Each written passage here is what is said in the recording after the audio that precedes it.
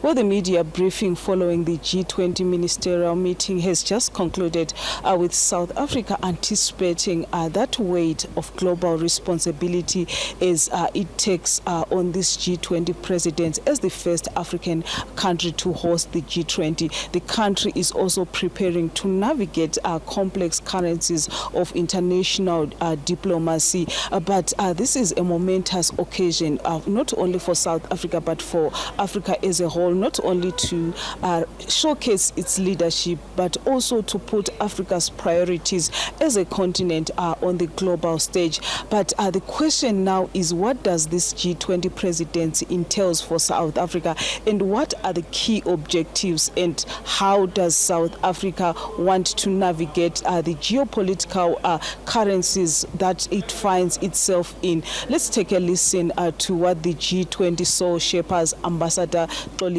Mabongo had to say about this. The foreign ministers will discuss the global geopolitical situation.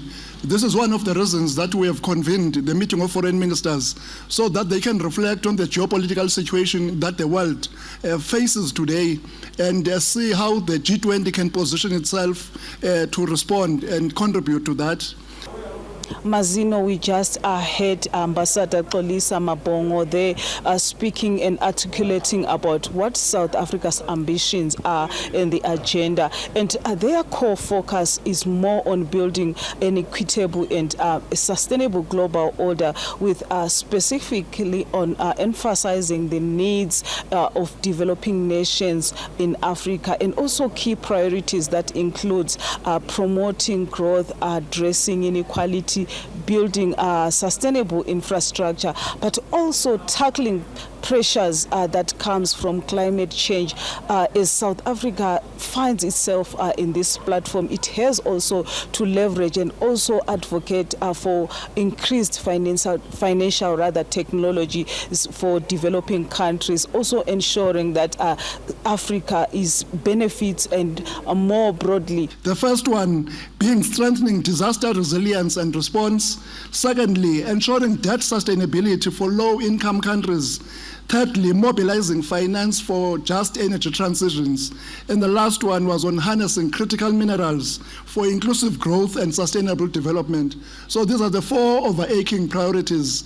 But furthermore, Mazino, South Africa is committed to combat with other African countries more effectively, also aiming at greater investment and economic cooperations, playing also a pivotal role in its continued development, and also developing many other countries. But one notable country that has been invited is Nigeria, among other countries that are not part of the G20. And Nigeria's presence presents a unique opportunity for the country to see the G20 processes, and also maybe to articulate its own development priorities.